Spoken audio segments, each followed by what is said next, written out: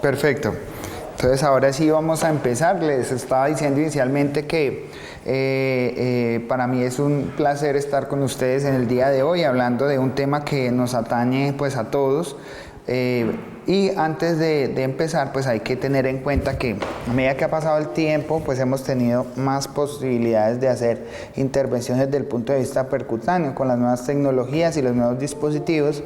Inicialmente, pues ustedes sabían que, o saben, conocen que antes solo se hacían estudios diagnósticos, pero luego de la primera angioplastia en el 77 por el doctor Andreas Gruxin, pues tuvimos la posibilidad de hacer tratamiento percutáneo de la enfermedad coronaria. Luego, de manera paralela, se venía investigando enfermedad valvular y aparte de procedimientos diagnósticos, hacemos intervención o procedimientos terapéuticos. Más o menos en los Estados Unidos se hacen 1 millón de procedimientos desde el punto de vista de intervencionismo percutáneo. La mayoría de los casos en Estados Unidos, en Europa y en el mundo son por enfermedad coronaria, ya sea diagnóstico o tratamiento.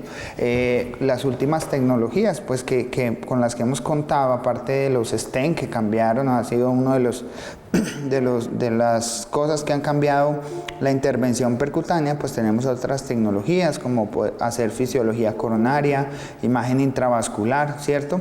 Y eso ha conducido a que a lo largo del tiempo se tengan menos pacientes que se lleven a cirugía y se están cambiando las curvas. Por supuesto que esto también denota que la mejoría en los dispositivos y la mejoría de los resultados con los procedimientos, obviamente de la atención, no solo desde el punto de vista médico, sino la atención que atañe el periprocedimiento.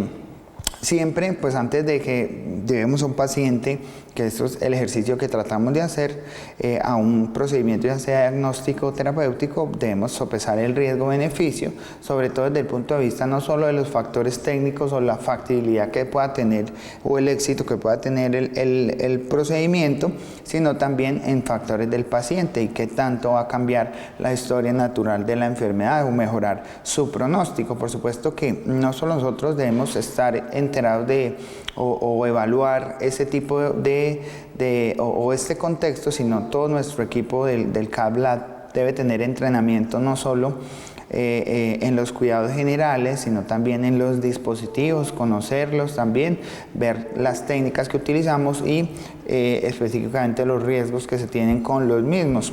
La selección del paciente, como les digo, es muy importante. Por supuesto, siempre brindar las alternativas o tenerlas claras. Cuando llegamos al paciente a un estudio invasivo, siempre ver que tenga un valor incremental para el paciente desde el punto de vista pronóstico comparado con hacerle un estudio no invasivo, y siempre estar enterados de la historia médica, el examen físico, los estudios previos, sobre todo los cardiovasculares, los antecedentes o el historial médico. Y lo que hacemos normalmente en un cateterismo izquierdo pues es ver la enfermedad coronaria, evaluar presiones del ventrículo y aorta, la arteriografía coronaria, ventriculografía y ortografía dependiendo del paciente. Como les digo, el principio básico siempre que tenemos en mente desde el punto de vista de intervención es confirmar la presencia de una condición que sospechamos para ver la anatomía, la severidad y ver qué podemos hacer desde el punto de vista de intervención.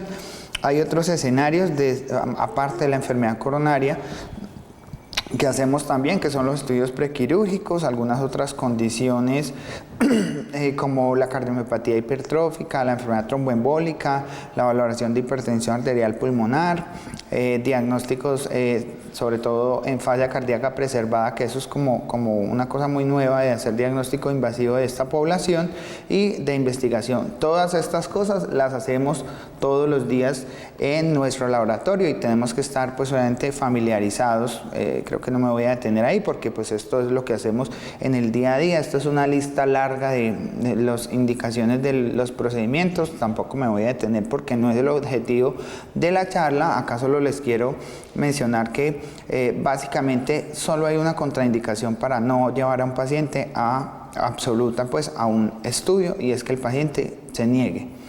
De resto son contraindicaciones relativas, como por ejemplo que el paciente tenga falla renal, que tenga arritmias ventriculares, que tenga alteraciones de los electrolitos, ácido base, alergia severa al medio de contraste, que todas estas cosas uno obviamente las identifica porque no, son marcadores de pacientes en riesgo para hacer las complicaciones, que es como lo que vamos a ver el día de hoy. ¿Por qué tenemos que hablar de complicaciones? Porque por supuesto que antes de ver cuáles son los cuidados que debemos de tener post procedimiento, debemos estar familiarizados con lo que pueda alterar el curso normal del cuidado post intervención. Entonces esto pues es inherente a todos los procedimientos. En el cateterismo cardíaco pues es un procedimiento relativamente seguro.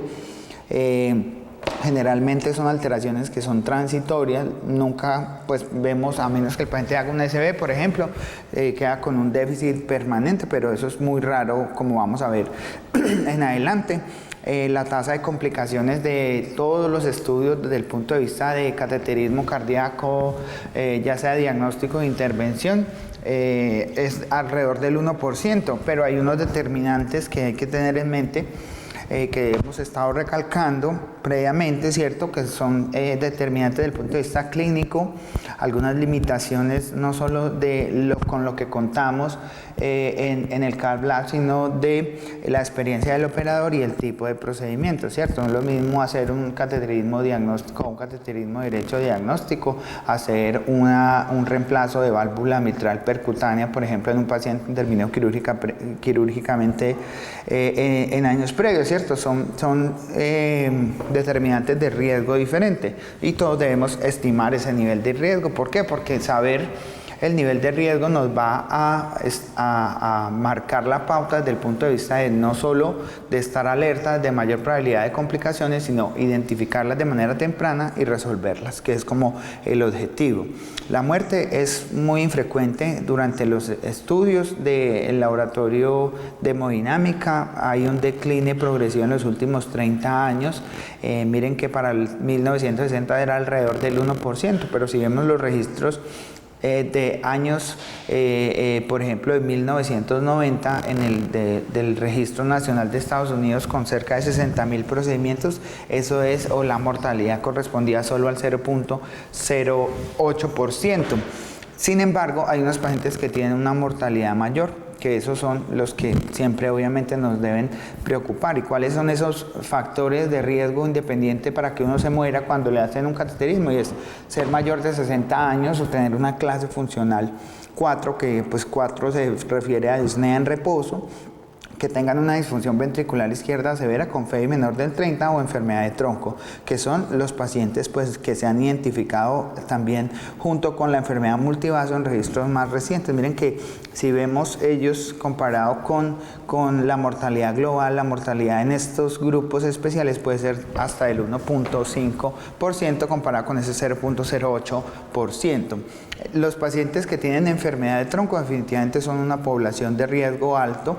La mortalidad en 1976 comparado con pacientes sin enfermedad de tronco era del 6% versus 2.8% hacia el año 92. Se mejoró eso seguramente con la mejoría del soporte o la asistencia ventricular y los nuevos dispositivos y la menor tasa de complicaciones, pero en los años recientes miren que es menor, 0.86% para el último, uno de los primeros registros del SCAI, que es la Sociedad de Intervencionistas de los Estados Unidos. Sin embargo, cuando uno compara las complicaciones en los pacientes con enfermedad de tronco, eso es 20 veces más que los pacientes que no tienen enfermedad de tronco. Entonces, definitivamente dejándolos siendo una población de alto riesgo. La prevalencia de enfermedad de tronco en los pacientes que se llevan a cateterismo, independientemente del escenario, puede ser hasta el 7%, algunos un poco más dependiendo de la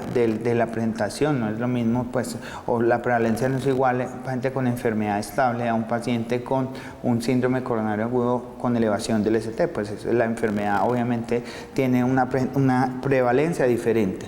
Siempre hay que tener en cuenta esta población para evitar las complicaciones, ¿cierto? Que incluso una complicación menor podría ser fatal en estos pacientes. La disfunción ventricular izquierda es un marcador de riesgo de complicaciones también, sobre todo en los pacientes que llegan en el contexto de una complicación mecánica posinfarto tipo choque cardiogénico y que previamente tenían una disfunción severa con una FEBI menos del 30%. En estos pacientes, cuando también se llevan al estudio con presiones sistólicas de menos de 100 o una cuña de más de 25, tienen mayor riesgo de complicaciones, incluida la mortalidad, por lo que estos pacientes normalmente, si están descompensados, pues no se llevan a un estudio, a menos que estén pues obviamente en un choque cardiogénico y requieran una revascularización, que eso es un contexto diferente. Si tiene falla cardíaca con disfunción ventricular severa, tiene que estar compensado previamente. Y en el cateterismo derecho, antes pues debería uno considerarlo antes de hacer una arteriografía coronaria, sobre todo en los pacientes que tienen una disfunción ventricular severa, o menos del 30% de FEBI, para estimar también unas probabilidades de riesgo. Y es que si el paciente tiene cuña de más de 30, normalmente el paciente estaría contraindicado a hacer otro procedimiento del cateterismo izquierdo.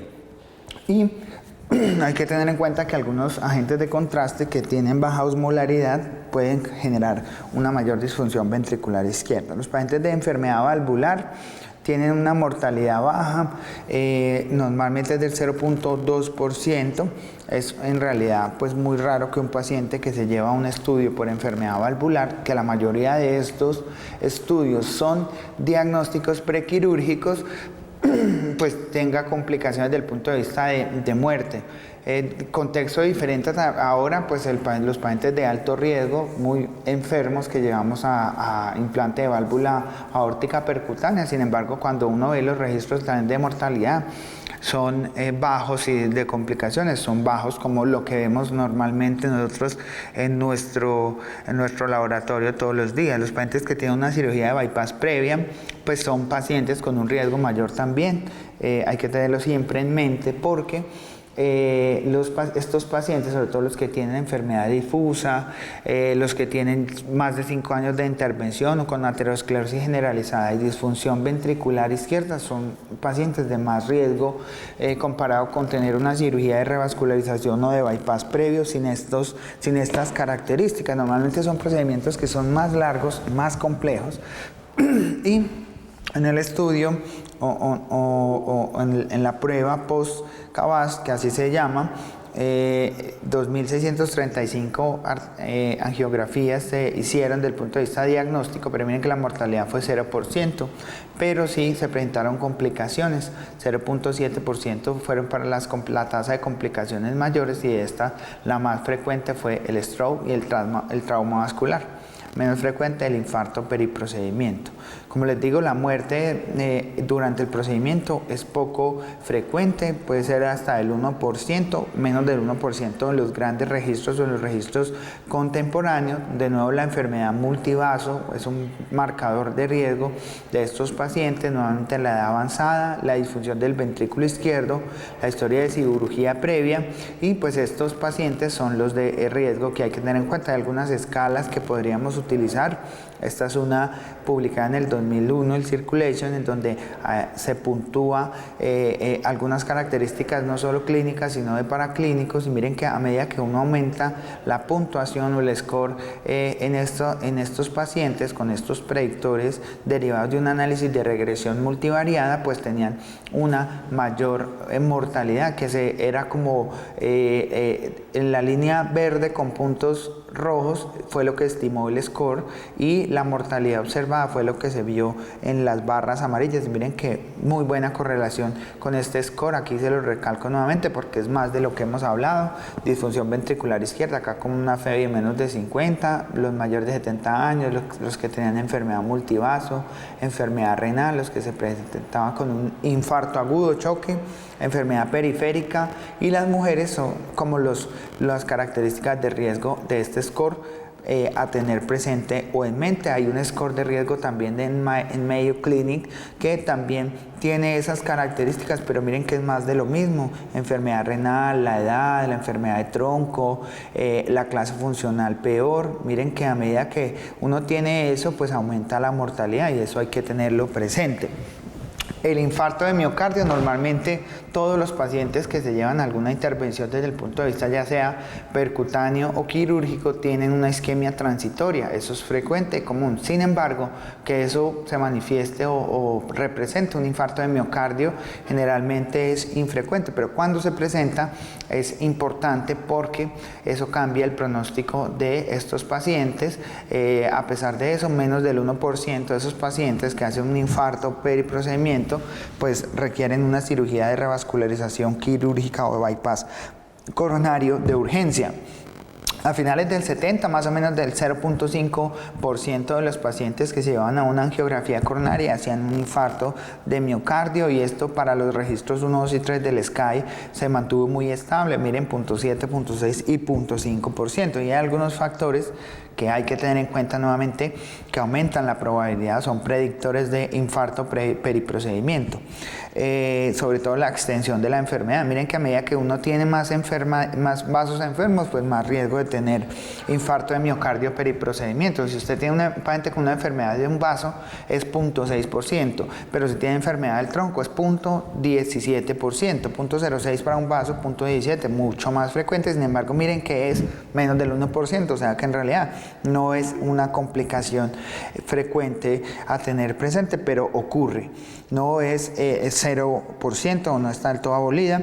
Hay que tener en cuenta también acá la indicación clínica. No es lo mismo que el paciente venga por una enfermedad estable pues comparado con una enfermedad, con un síndrome coronario agudo, angina inestable o infarto de miocardio, que son los que más riesgo tienen, sobre todo por lo agudo del cuadro y las alteraciones hemodinámicas. Y acá aparece la diabetes, que es un factor de riesgo para muchas de las complicaciones que tenemos acá o que estamos mencionando el día de hoy. La definición, o para tener en mente la definición de estos pacientes, esto ha cambiado a lo largo del tiempo. Antes hacíamos diagnóstico de infarto con LDH, con marcadores como LDH, que son marcadores inespecíficos, con transaminasas. Pues esa época ya no nos tocó, ¿cierto? Porque tenemos las troponinas de alta sensibilidad. Pero para usted hacer diagnóstico de infarto periprocedimiento, debe cumplir la quinta definición de infarto, quinta definición de infarto, y es que el paciente tenga síntomas de isquemia, elevación de biomarcadores. Normalmente son troponinas de alta sensibilidad, se refieren de alta sensibilidad porque la población normal del 50-90% pueden tener valores basales con unos cambios en la cinética que pueden asociarse a cambios en los estudios imagenológicos o la evidencia que tenemos nosotros de la oclusión de un vaso, ya sea en el cateterismo cardíaco o en la autopsia. Entonces el paciente debe cumplir esos criterios para tener infarto. Si no tiene un infarto, lo que tiene es una injuria. Pero miren que esto pues es ya de algunos años, pero es los primeros registros que nos mostraron que esa mortalidad tanto al año como a los 2 años era mucho mayor para los que tenían más elevación de las enzimas o los biomarcadores cardíacos, cumplieran o no con la definición de infarto, que esto ha cambiado a lo largo del tiempo. Eso habla, por supuesto, de injuria durante el procedimiento y de mayor tiempo isquémico. La enfermedad cerebrovascular también es infrecuente, pero es una complicación devastadora. Hemos tenido unos casitos a lo largo de estos años. No es frecuente, tengo en mi mente 1 o 2 casos.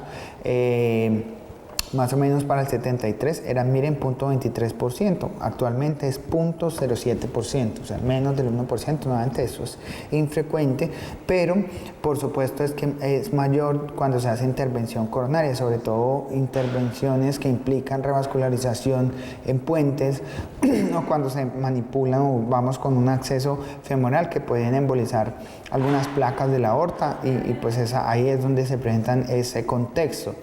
Miren que si el paciente hace un SB, el riesgo de que se muera es de 37%, 56% al año, pero si uno lo compara con alguien que no hace un SB, miren que la mortalidad intrahospitalaria para esos que no hacen un SB es del 1.1% y al año es de 6.5%. Por supuesto, es que esto es devastador desde todo punto de vista. La principal causa es que se embolicen placas de la aorta, que no sospechemos o que no logremos ver, o cuando el paciente tiene enfermedad difusa. Sin embargo, si esos pacientes los llevamos a resonancia nuclear magnética, por supuesto tienen una prevalencia mucho mayor, sobre todo cuando hacemos, por ejemplo, el cruce de una válvula aórtica, por lo que en algunos laboratorios ya no se considera de hacerlo de manera rutinaria. Siempre hay que tener cuidado cuando avanzamos la guía en el arco aórtico, minimizar el tiempo. La técnica de flushing y inyección es importante también, porque eso pues obviamente aumenta la probabilidad de que haya embolismo. Eso puede ser de las cámaras cardíacas, de las coronarias cuando hay lesiones trombóticas o en las válvulas, por eso el riesgo cuando se cruza la válvula aórtica. Los pacientes que tienen aneurismas ventriculares pueden también tener algún trombo y si entramos a esa cámara pues lo vamos a desplazar y podríamos tener alguna complicación de este tipo. Y en los pacientes que tienen un shunt de derecha a izquierda pueden tener o generarse un embolismo paradójico, sobre todo los que tienen defectos septales. En los pacientes que tienen o se les hace alguna intervención transeptal o valvuloplastia mitral, sobre todo en los pacientes que tienen trombos en la aurícula izquierda, que no hacemos por supuesto por esa razón, pues son un riesgo mayor de que hagan un SB. Las complicaciones vasculares, estas sí que las vemos de manera más frecuente.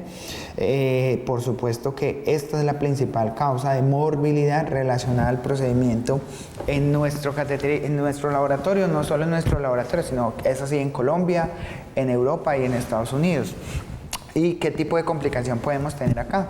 Pues trombosis de los vasos, embolismo distal, disección, que no logremos controlar el sangrado, las fístulas arteriovenosas, el hematoma retroperitoneal y la neuropatía periférica. En la aproximación femoral tenemos básicamente complicaciones de sangrado.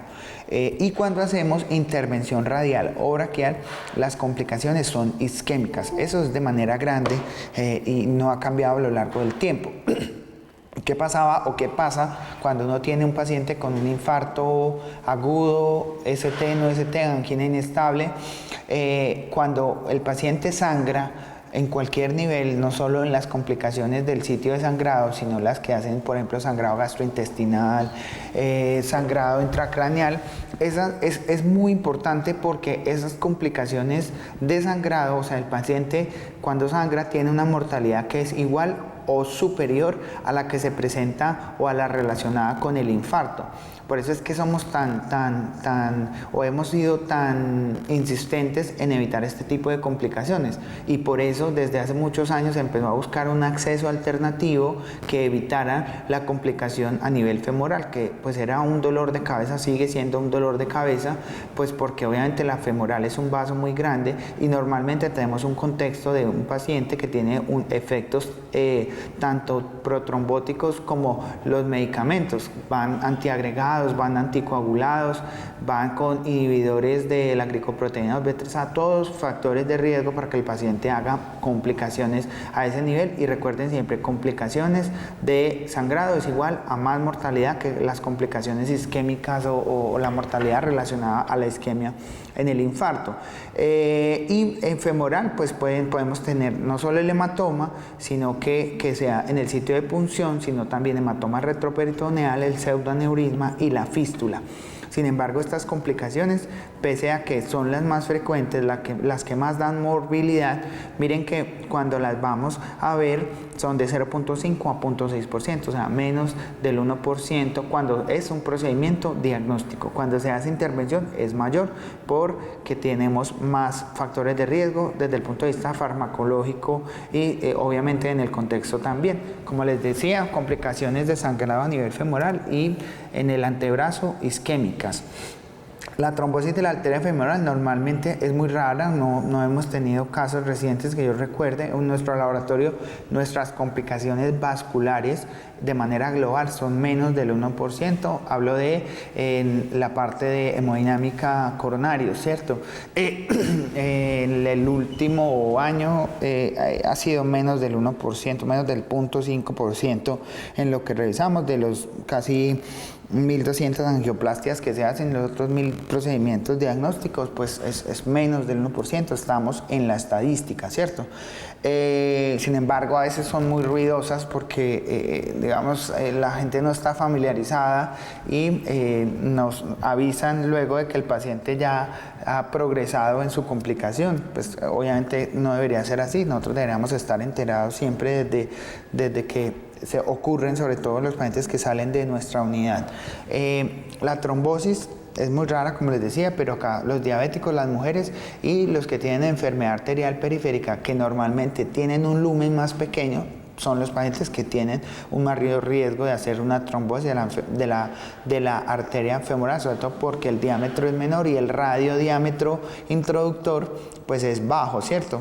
Lo que tenemos es, para sospecharlo, son las 4 P's que le enseñaban a uno, que es la piel pálida, pain, pues de dolor o dolorosa, alteración motora o de la sensibilidad y ausencia de pulsos. Eso es como la mnemotecnia que uno tiene para sospecharla. Normalmente, si se presenta durante el procedimiento, pues sería muy fácil tener un acceso contralateral, cruzar y hacer, obviamente, el diagnóstico y manejarlo desde el punto de vista de lo que se requiera. Y muy raro, estos pacientes van a requerir cirugía vascular para corregir este tipo de complicaciones. La alternativa, como les digo, es hacer una punción contralateral y resolverla durante el mismo procedimiento, ¿cierto? Cuando hay una falla en restaurar el flujo de 2 a 6 horas, pues el problema es la extensión a la trombosis de los vasos distales y la necrosis muscular, que normalmente puede terminar en un síndrome compartimental o en la amputación cuando hay una necrosis irreversible. Esto es un ejemplo pues de una trombosis de la femoral común. Como ustedes pueden ver acá, les señalo que se resolvió nuevamente desde el punto de vista diagnóstico y se le puso un stent a ese nivel, y abajo ven una complicación distal con una ausencia de flujo a nivel de las arterias tibiales y peroneales en la parte de abajo, ¿cierto? Por una embolización de una complicación isquémica prolongada.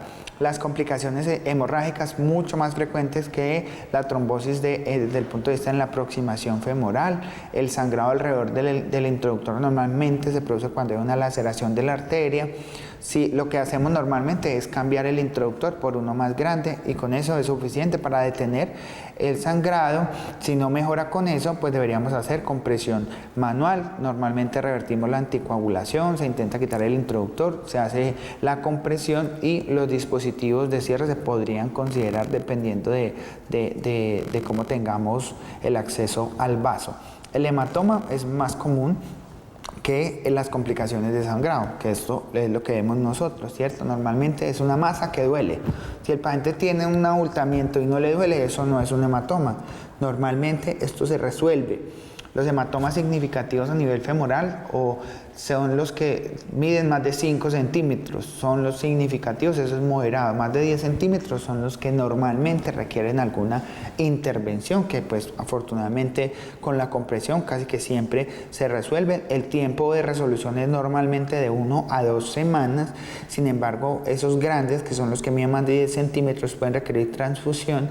Rara vez requieren alguna intervención desde el punto de vista quirúrgico. Nuevamente les menciono los factores de riesgo. Por supuesto que si uno está anticoagulado, antiagregado, tiene mayor riesgo.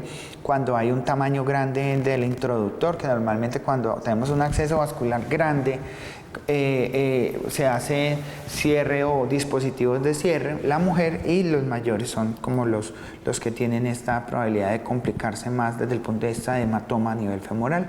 Del 90 al 96, una prevalencia del 10%. Cuando se estaban utilizando los primeros stents, son los barrel metal stent, que eran los stent convencionales, los stent metálicos que no venían recubiertos. En esa época, no sé, a mí no me tocó obviamente, pero de pronto algunos de ustedes sí, se hacía anticoagulación rutinaria con warfarina, y por supuesto que la prevalencia era el 10%, pero luego cuando ya no hacíamos anticoagulación sino antiagregación, miren que se bajó del del 1 al 2%.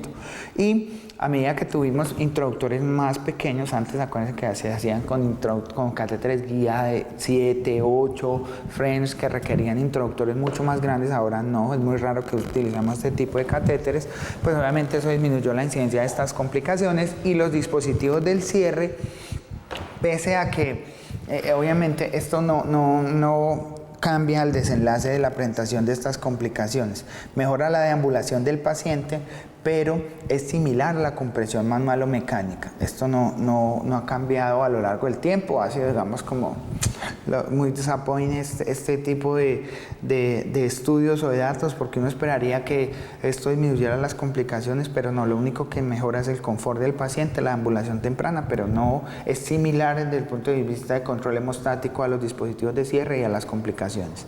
El sangrado retroperitoneal o el hematoma retroperitoneal es muy raro, pero pues obviamente es devastador. Miren que los registros del SCAI con 113.000 pacientes que fueron llevados a intervención coronaria percutánea, 0.4% de los casos presentó un hematoma retroperitoneal. ¿Cuáles son los factores de riesgo? Las mujeres, las personas pequeñas, un índice de masa corporal, una área de superficie corporal menos de 1.8 metros cuadrados, cuando son procedimientos emergentes, la enfermedad pulmonar obstructiva crónica, el choque cardiogénico, nuevamente ponerle heparina IV, inhibidor de glicoproteínas B3A o tirofiban, los introductores de más de 8 French, algunos dispositivos de cierre se asocian a riesgo de complicaciones a este nivel. Cuando uno hace la punción muy arriba, o más arriba de la femoral común, es un factor de riesgo también para el hematoma retroperitoneal. Y miren que hacer un hematoma retroperitoneal se asocia a que el paciente haga más infarto de miocardio, con una prevalencia que va con un riesgo que es de casi 6 veces más comparado con los pacientes que no hacen 5 veces más es el riesgo de los pacientes que no hacen un hematoma retroperitoneal, y es un riesgo de infección y sepsis. Miren que el 17% de los pacientes que tienen un hematoma retroperitoneal se infectan, comparado con solo un 3%, y que hagan una falla cardíaca también es más frecuente, o que se descompense su falla cardíaca en estos pacientes. La mortalidad también es mucho mayor, miren que es de 6.6% para los pacientes con hematoma retroperitoneal. Como les digo, la punción por arriba del ligamento inguinal es una asociación con esta complicación. Rara vez se produce, y también cuando se punciona la epigástrica inferior, que es también cuando se hace la punción muy alta. ¿Cuándo pensar en esto? Cuando el paciente está hipotenso y no sabemos por qué está hipotenso, cuando se le cae el hematocrito y cuando tiene dolor en el flanco. Es como la triada que hay que tener en mente siempre. ¿Cómo lo confirmamos? Normalmente con una tomografía, o de manera alternativa con una ultrasonografía o una ecografía abdominal. Obviamente es mejor hacer el TAC. Porque tenemos la probabilidad de hacer un angiotac de una vez y ver el tipo de lesión que tiene el paciente, si sigue sangrando o no, ¿cierto? La mejor prevención para el sangrado o para este sangrado es, pues obviamente, hacer una punción ideal o en la femoral común cuando vamos por la vía femoral, y obviamente realizar un manejo meticuloso de la guía para evitar las complicaciones asociadas a la guía o la manipulación en el vaso. El tratamiento normalmente es expectante, o también se puede hacer tratamiento de intervención dependiendo de si se lacera, por ejemplo, algunas regiones tortuosas o los vasos muy tortuosos. Se podría hacer, o normalmente lo que se hace es poner un stent cubierto a ese nivel. Esto pues es como, miren aquí cómo va el introductor, que genera una laceración con un doble sitio como entrada y salida, con un hematoma retroperitoneal que ustedes pueden ver acá en la parte izquierda de sus pantallas, que se corrige nuevamente pues con el implante de un stent. Miren que aquí, cuando hay vasos muy tortuosos, pues el chance es mucho mayor de hacer estas complicaciones o este tipo de laceraciones. Normalmente, como les digo, si el paciente está hemodinámicamente inestable, si sigue con disminución de la hemoglobina, es cuando se hace angiografía temprana, intervención si se puede, pero si el paciente está hemodinámicamente no está hemodinámicamente inestable, normalmente lo que se hace es vigilancia. El pseudoaneurisma o la fístula, normalmente el paciente desarrolla esta complicación si hay un hematoma, ¿cierto? Y en donde se pueden hacer unas punciones que hacen o que transfixian tanto la arteria como la vena. Estas complicaciones de fístulas o pseudoaneurismas son más frecuentes, por ejemplo, cuando se puncionan múltiples, se ponen múltiples introductores a nivel venoso. Normalmente, pues lo que hace esto es que hay una solución de continuidad dentro y fuera del sitio de punción. Eso obviamente hace que la cavidad se expanda en sístole y se descomprima en diástole. Si la cavidad normalmente no contiene estructuras de la pared arterial, ¿cierto? Es como lo que conocemos como un falso o un pseudoaneurisma, un falso aneurisma o pseudoaneurisma. Y se sospecha siempre en la presencia cuando el paciente tiene una masa pulsátil o un soplo y se confirma con un Doppler. Normalmente podríamos dar manejo expectante, sobre todo los pequeños que son menos de 2 centímetros, los de mayor tamaño casi todos se rompen o crecen y requieren corrección quirúrgica. Esto estoy hablando después de los pseudoaneurismas y pues lo que se podría hacer, que hacemos acá también es pues la intervención percutánea de esos pseudoaneurismas, que se podría hacer tanto la oclusión del cuello con un balón como llenar la cavidad falsa con procoagulantes o coils, que es como lo que hacemos, o la compresión del cuello guiada. Esto es un pseudoaneurisma femoral que ustedes pueden ver con una angiografía diagnóstica. Se le hizo cierre percutáneo con una angioplastia con balón y se corrigió sin complicaciones. Claves para evitar el pseudoaneurisma: nuevamente hacer la punción normal en la arteria femoral común y el control efectivo del sangrado luego de que se retire el introductor o se haga la decanulación.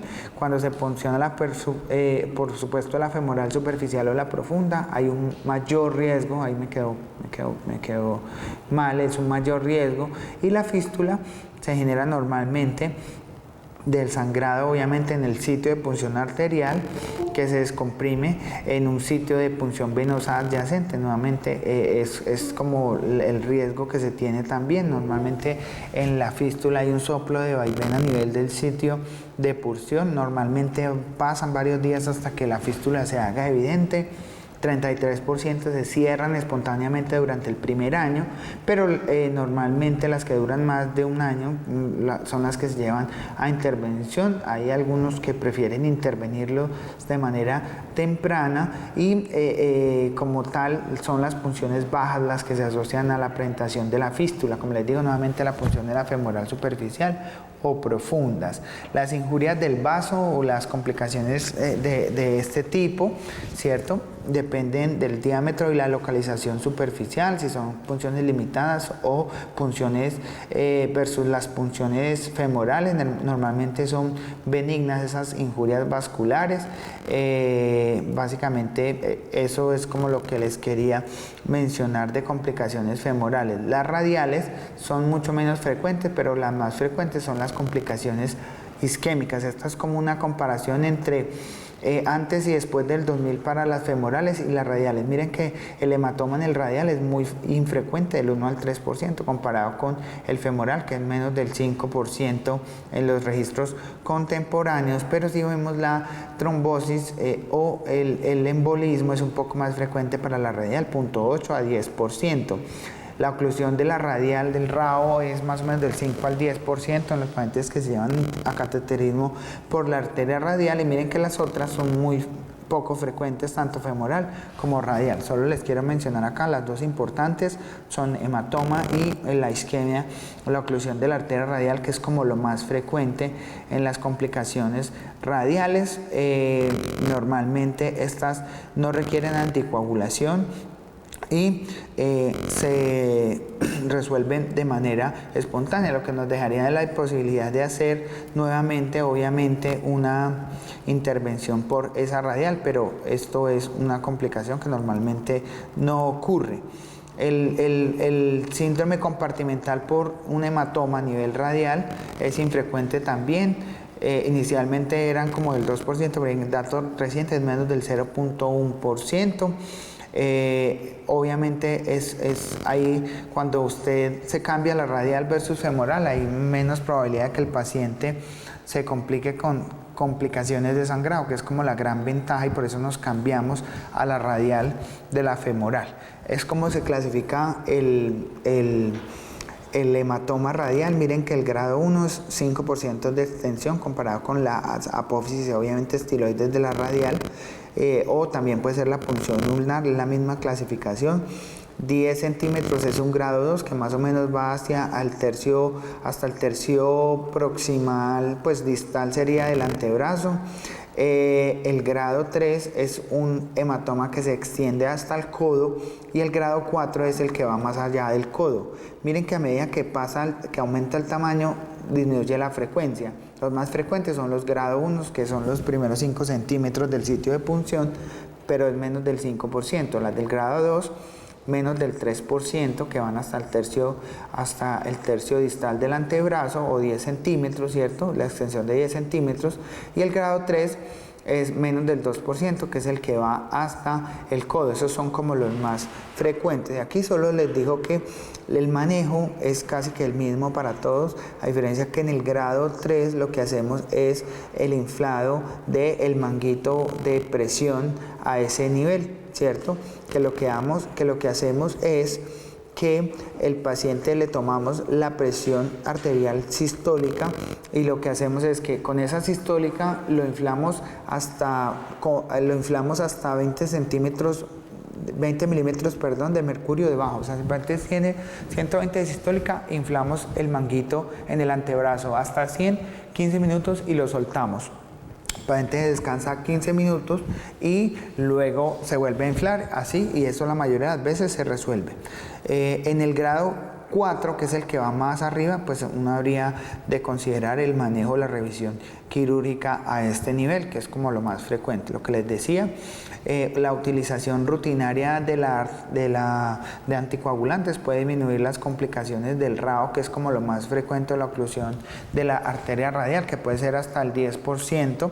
Aquí es importante tener en cuenta que entre usted más presión haga en la radial y más tiempo le deje el dispositivo hemostático, incluido el que nosotros tenemos, pues el paciente tiene mucho más riesgo de hacer oclusión aguda de la radial, y depende también de la valoración que usted haga desde el punto de vista de estudios. Si usted le hace un Doppler a esos pacientes, obviamente es mucho más frecuente encontrarlo, pero eso normalmente no tiene implicaciones desde el punto de vista de complicaciones isquémicas, como que se ponga en riesgo la extremidad, un síndrome compartimento. Bueno, no se presentan este tipo de complicaciones. ¿Por qué? Porque por el arco de irrigación palmar, porque los pacientes tienen un arco muy bueno, por la interósea, que pues, no todo el mundo tiene interósea, más o menos la mitad de la población tiene una interósea muy grande, y por la arteria ulnar, que de manera llamativa en algunos pacientes, por ejemplo en las mujeres, es mucho más grande la arteria ulnar que la radial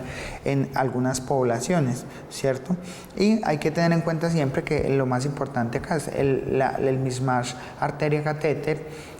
Las mujeres, porque tienen arterias más pequeñas, ¿cierto?, son como los factores de riesgo para oclusión aguda de la radial. Normalmente anticoagular rutinariamente pues no influencia la presentación de esta enfermedad, incluida si se hace con bivalirudina, heparina no fraccionada y versus enoxaparina. Esto no cambia si le ponemos intravenoso o intraarterial, pero rutinariamente lo que sí hacemos para evitar que se formen trombos en el introductor o en el catéter es utilizar líquidos heparinizados. Algunos laboratorios de Estados Unidos rutinariamente anticoagulan al paciente para los procedimientos radiales, tanto diagnósticos como de intervención. Esto es muy infrecuente, no me voy a detener, pero puede ocurrir que se perfore en las cámaras cardíacas o los grandes vasos. Es muy raro, muy raro, muy raro, pero puede ocurrir, y siempre hay que sospecharlo cuando el paciente se pone hipotenso y bradicárdico, que es como la complicación, sobre todo las que se manifiestan o las que van a generar un taponamiento cardíaco. Hay que tener en cuenta porque eso se puede producir también como con sospecha o se produce normalmente también cuando el paciente hace un reflejo vasovagal. Entonces no confundir una perforación con un taponamiento cardíaco. En Mayo Clinic publicaron su experiencia, 18 años, encontraron que el taponamiento es muy infrecuente, 0.08%, y era más frecuente cuando se hacían intervención de válvulas, sobre todo valvuloplastias, mucho menos frecuente en el resto de intervención, más frecuente en los estudios electrofisiológicos. Miren que es de 0.23% para esos estudios.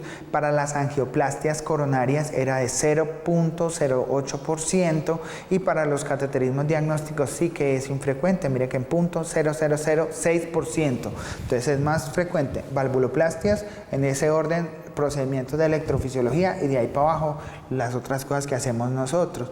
Normalmente la mitad se colapsan hemodinámicamente, ¿cierto? Durante el procedimiento, el 80% solo se necesitaron de esta gran serie, pericardiocentesis.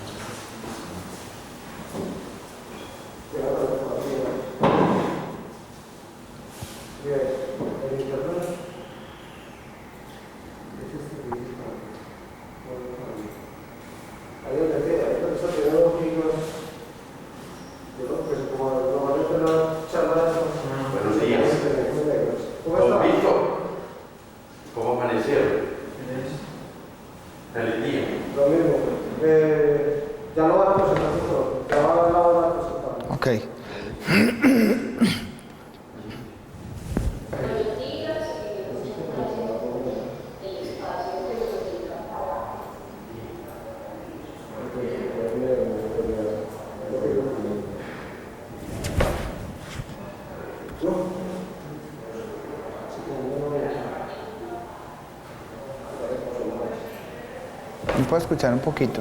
Sí.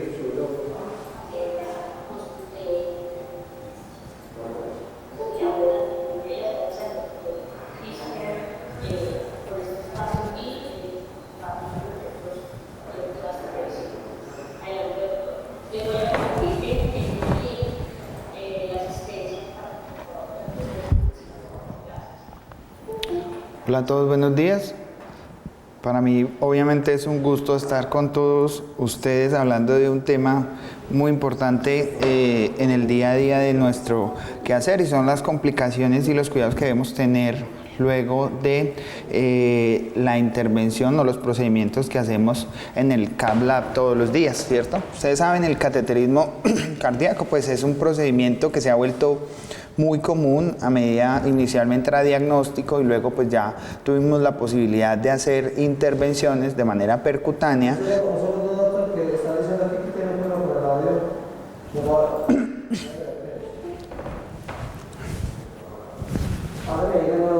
Hola, hola, hola, ¿me escuchan?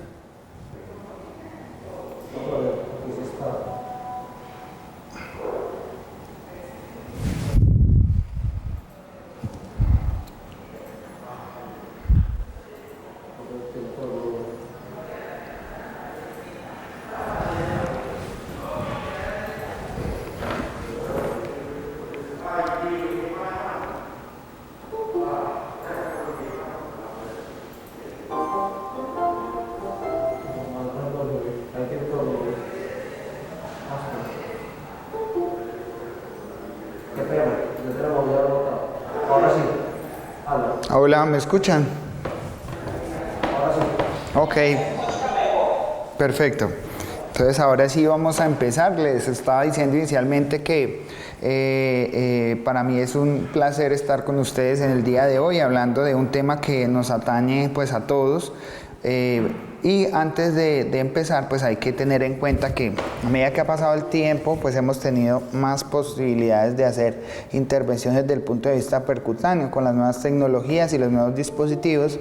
Inicialmente, pues ustedes sabían que, o saben, conocen que antes solo se hacían estudios diagnósticos, pero luego de la primera angioplastia en el 77 por el doctor Andreas Gruxin, pues tuvimos la posibilidad de hacer tratamiento percutáneo de la enfermedad coronaria. Luego de manera paralela se venía investigando enfermedad valvular y aparte de procedimientos diagnósticos hacemos intervención. Son muy poco frecuentes. Ustedes saben que normalmente no incidimos piel, entonces las infecciones no son un problema para nosotros, a excepción obviamente cuando llevamos al paciente a un intervencionismo estructural y dejamos un dispositivo que normalmente lo que hacemos es poner profilaxis antimicrobiana. Las reacciones alérgicas son menos del 1%. Las que más se presentan en el procedimiento son reacciones a los agentes yodados, ¿cierto? Normalmente por liberación de histamina. ¿Cuáles son los pacientes en riesgo? Los pacientes que tienen otra historia de atopia, llamativamente los que usan beta bloqueadores, los que tienen alergia a la penicilina o a algunos alimentos, por ejemplo, pero no a los mariscos, y el 15 al 35% de los pacientes pueden tener historia de una reacción alérgica previa. La reacción acá, dentro de las reacciones alérgicas, hay que tener en cuenta las reacciones la protamina, que también son frecuentes, sobre todo los pacientes que se les hace pues como la utilización o la reversión en los que se anticoagulan y luego se revierten posterior al procedimiento. Esta es como la clasificación, pero no me voy a detener. Normalmente en los pacientes que tienen historia de alergias a los contrastes lo hacemos premedicación. Corticoides pueden ser orales o venosos y bloqueadores H2 como la clemastina, que es como lo que utilizamos. Es mucho menos frecuente en los agentes de baja osmolaridad o en los isoosmolares. Cuando hay una reacción severa, lo que hacemos es poner epinefrina intramuscular en el contexto sobre todo del choque anafiláctico, y con eso sería suficiente, ¿cierto? Y las reacciones menos frecuentes que también se podrían presentar o más leves, pues puede ser urticaria, broncoespasmo, que son reacciones consideradas alérgicas o anafilactoides, pues acá, pero normalmente son infrecuentes y se resuelven la mayoría de las veces con la utilización de la epinefrina. Los cuidados de enfermería pues son muy importantes, ¿cierto? Luego de esta larga exposición de complicaciones, pues hay que tener en mente siempre que ustedes tienen el rol más importante, porque ustedes son el contacto desde el inicio hasta que el paciente se va, ya sea para la casa o para la unidad coronaria o salas de hospitalización general. Cuando el paciente, ustedes son las que identifican si el paciente está somnoliento, si el paciente no responde, si el paciente convulsionó, si está con dolor torácico. Cualquier cosa anormal hay que avisar inmediatamente, ¿cierto? Obviamente ustedes son las que siempre están ahí, nos dicen todo este tipo de complicaciones, pero siempre, por ejemplo, que el paciente tiene una alteración motora, alteración en el habla, que está muy somnoliento, hay que sospechar un evento cerebrovascular. Hay que ver siempre la escala de Glasgow. Cuando tienen un infarto, normalmente la presentación pues obviamente es dolor torácico, el paciente taponado se manifiesta con hipotensión sostenida, ¿cierto? Con ingurgitación yugular. Obviamente inmediatamente en estos pacientes de estas complicaciones como taponamiento, infarto, hipotensión, avisar y obviamente dar soporte, abrir los líquidos, tomar un electrocardiograma, que es muy importante. Las arritmias también se pueden identificar en este post cuidado temprano, y las alergias normalmente se pueden manifestar con cambios dérmicos o con dificultad para respirar, como para tenerlo en mente nuevamente. Los cuidados, el personal de enfermería, como les digo, un papel fundamental, porque ustedes son las que dan el apoyo inicial y en el trasprocedimiento y el apoyo final identifican siempre el riesgo. Por eso es importante siempre tener como las manifestaciones de estas complicaciones.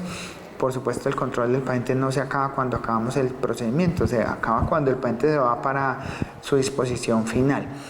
Y la finalidad del cuidado que ustedes siempre hacen va encaminado siempre a las necesidades físicas, al soporte emocional y, por supuesto, lo que nos trae a charlar el día de hoy es evitar, detectar y prevenir las posibles complicaciones. Hay algunos diagnósticos de enfermería que tienen estos pacientes, como por ejemplo la ansiedad en relación a la falta de conocimiento del procedimiento y cuidados posteriores. Normalmente ustedes les comentan o les explican al paciente, eso pues también va acompañado de la explicación que les damos nosotros.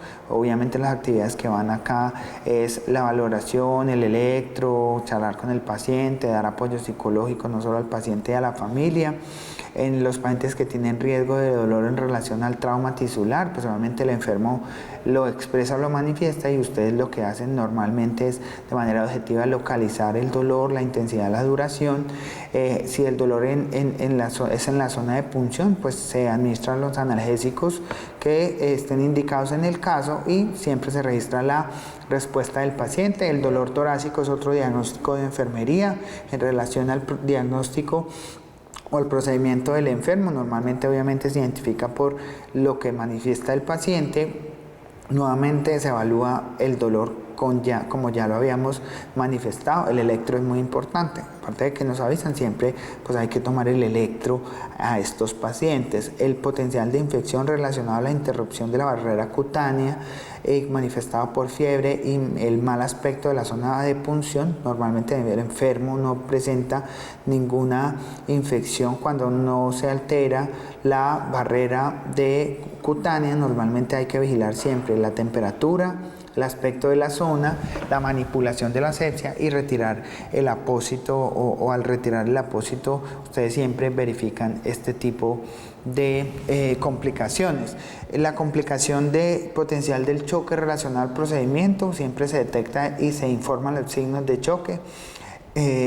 Básicamente vigilando las constantes vitales, el estado mental, los pulsos, el sangrado obviamente si aparece al retirar la compresión, ¿cierto? Y lo que se hace es transfundir el volumen, ¿cierto? Y hacer el electro, los signos vitales y avisar nuevamente. El control de los hematomas relacionados a la punción, en el radial pues se retira el vendaje compresivo según el protocolo, se mantiene la mano inmovilizada, se evita flexionar la muñeca, se controla el pulso, cuando hay hematomas se comprime y el manejo, como habíamos mencionado cuando mostramos la charla mostramos la gráfica pues de hematoma a nivel del brazo. En el acceso femoral nuevamente básicamente son los mismos, pero pues obviamente se realiza la compresión más prolongada. Y ya las recomendaciones para el alta que ustedes les dan a estos pacientes nuevamente pues están las primeras 24 horas en las que se van a puncionar radial, la mano elevada, que procuren estar inmovilizada la muñeca para evitar que el movimiento haga que sangren, movilizan los dedos de la mano pues obviamente para favorecer la circulación y evitar levantar el peso en la mano donde se le ha hecho la punción. Normalmente en la primera semana se recomienda no levantar de 4 a 5 kilogramos con la mano de la punción. Se moviliza poco a poco la muñeca, no hacer deportes en donde obviamente se utiliza la mano, se puede conducir, no poner o sumergir la mano en agua por tiempo prolongado. El momento de la ducha obviamente no se frota el sitio de la punción, ¿cierto? Y contactar obviamente al médico si tiene algún signo de inflamación como dolor, inflamación, enrojecimiento, supuración, sangrado, hormigueo. En la punción femoral básicamente es las mismas recomendaciones que le damos al paciente, que deambule para favorecer la recuperación, pero lo mismo, que no haga esfuerzos como levantar pesos, subir escaleras, deportes de alta intensidad, ni sitios de, por ejemplo, humedad prolongada, evitar la humedad prolongada y básicamente los los signos que habíamos mencionado para la punción radial, también recomendárselos al paciente. Los cuidados inmediatamente después del procedimiento, pues básicamente es lo mismo que habíamos mencionado previamente. Acá solo les quiero recalcar la importancia del suministro temprano de los medicamentos, ¿cierto? Y las constantes vitales, el electrocardiograma posterior a la intervención, ¿sí? Y identificar obviamente los pacientes de riesgo, que eran los que ya habíamos visto previamente. Nuevamente, luego de que el paciente se le hace el procedimiento, depende del estado general, sobre todo los diabéticos, se podría iniciar la vía oral a las 3 horas del procedimiento. Lo que hacemos rutinariamente es que luego del procedimiento, pues si no ha habido complicaciones, el paciente está bien, con signos vitales estables, el estado de alerta normal, se les da la vía oral sin ningún problema, ¿cierto? Y acá los pacientes en riesgo, nuevamente los diabéticos, 15 al 25% de los que llegan pueden tener este tipo de enfermedad en sus antecedentes. Evitar siempre las hipoglicemias, porque ese es un marcador de riesgo como tal. Dentro de los cuidados está pues obviamente la monitorización de los pacientes de signos vitales, siempre monitorizar el ritmo cardíaco, vigilar el riesgo de sangrado y de hematoma. La hemostasia, ya para finalizar, el acceso femoral, pues obviamente fue el que primero utilizamos. Necesita una curva de aprendizaje. La persona que tenga más aprendizaje, más curva en la compresión femoral, debe ser la que haga este tipo de compresión. Hay varios tipos de compresiones. Las que utilizamos son las manuales o las mecánicas y asistidas en otros lados. Son técnicas obviamente que son no invasivas, que hacemos la compresión manual. Lo que se hace obviamente es buena posición del operador, el paciente al borde de la cama, de la camilla, a la altura suficiente para estar cómodo el que va a hacer la compresión, y se hace vigilando las constantes vitales.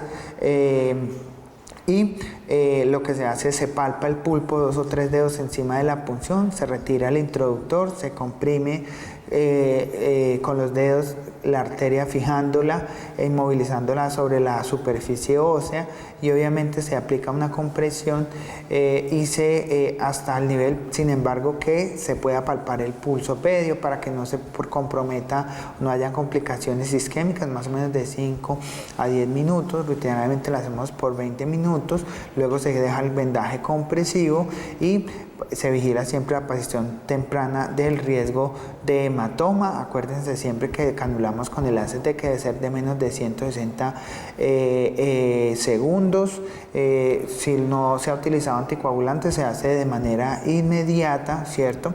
Y básicamente solo para mostrarles, esto es como lo que utilizamos rutinariamente. Se hace los dos apósitos en cruz, y se hace una punción, una gasa que se pone, miren que se pone cruzada, así como lo hacen ustedes, y así es la compresión efectiva que se hace luego de la decanulación, incluida compresión manual. Solo para mostrarle la mecánica, este es el Compress AR y el Femostop, que no los tenemos, pero que se hacen.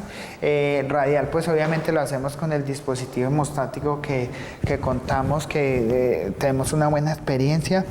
También hay dispositivos de compresión manuales radiales, que el problema es el costo, pero pues básicamente eso era lo que tenía para contarles el día de hoy.